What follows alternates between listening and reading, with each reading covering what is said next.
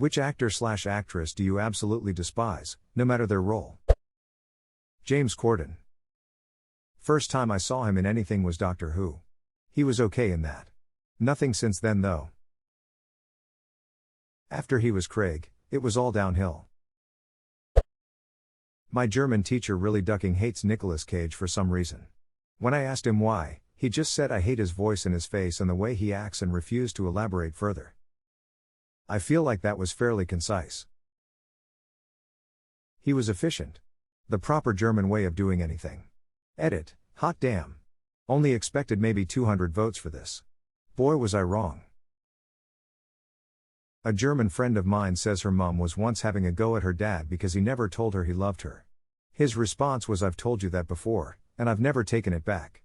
German efficiency at its finest. Very similar thing to what we say in Finland, "I've already told you once, and should the state of affairs changes, I'll let you know." Meanwhile I'm over here throwing out I love yous every hour and a half, just in case they forgot since 2 hours ago lol. Me too. Are we dogs? The fact James Corden has a show still astounds me, he's just not funny. Gwyneth Paltrow. So you don't want goop for Christmas? What's in the box? My inbox, m.imgur.com. Cranial goop. Jared Leto. Pretentious, egotistical maniac on a power trip. Stopped music at a concert one time getting mad because a guy wouldn't stand up to cheer. Turns out he, the guy, couldn't because he was in a wheelchair. Edit, been reading some of these replies. Anecdotal accounts of Leto being an asshole just keep coming up and I'm convinced his full account of assholery is beyond the scope of measure. What we know about his bad behavior now is apparently just the tip of the iceberg. I honestly enjoyed seeing him get beat up in Fight Club.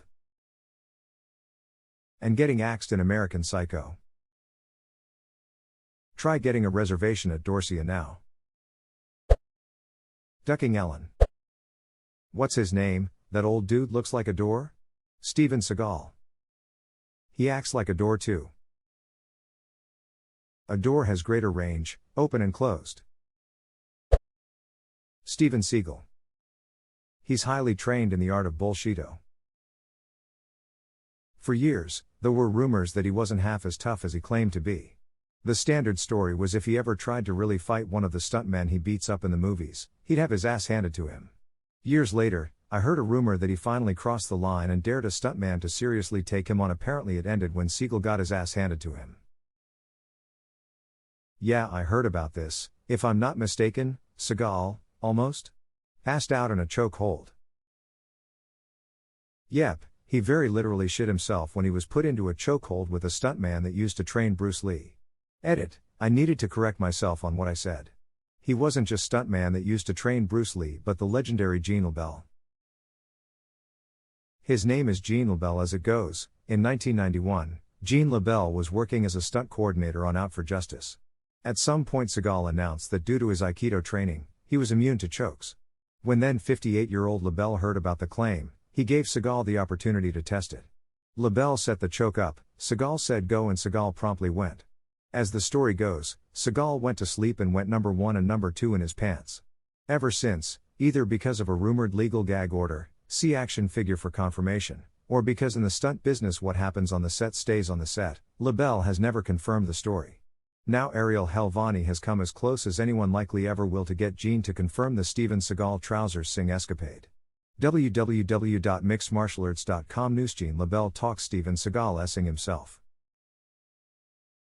Wait, this was Judo Gene LeBell? Yes, that's him. So I'd add this to one of the rules for life: don't challenge a guy whose nickname is a martial art to demonstrate that art. Also, don't play poker with someone named after a city. Bruce Willis, I even have a signed picture of him. My uncle owned a bar with him in NY. Bruce actually ducked him over after many years of friendship when Hess already loaded. Bowery Wine Co.? Lol yup. Bella Thorne. Andy Dick. Edit, rip my inbox? I know he exists. I was a teen in the early 2000s, but I have no idea what Hess ever been in. He got popular, I believe, from the 90s sitcom News Radio. And then he starred in that movie, can't remember the name right now, about some drunken asshole who tries to steal other people's Uber Eats food. Amber Heard. John Travolta and his weird Scientology views. Weird Scientology views. AKA Scientology views. Surprised I had to scroll so far to find Scientology bollocks here. I thought Cruise or Moss would be first, before Travolta though. Elizabeth Moss? Isn't she relatively private about her involvement in Scientology though? I did find it a bit ironic that she plays Offred in The Handmaid's Tale. It is very ironic she plays June, who is held captive while there are Scientologists being held captive as slaves in their compounds. The other comment is right, she was raised in it. But she has a responsibility to break the cycle eventually. Problem is they're probably helping her career. They're not just helping her career, Scientology has staff specifically to cater to their every need. They treat their celebrities like deities. Tom Cruise, Scientology is a ducked-up criminal cult and his association with them makes him unbearable. There are unfortunately other celebrities in his position, but Hess the one that stands out to me. Jared Leto. This applies to both film and music. Lena Dunham. Gwyneth Paltrow. No matter how well she acts, the illusion is broken because of how terrible a person she is. Her Goop Netflix series was the best piece of anti-Gwyneth work I've ever seen.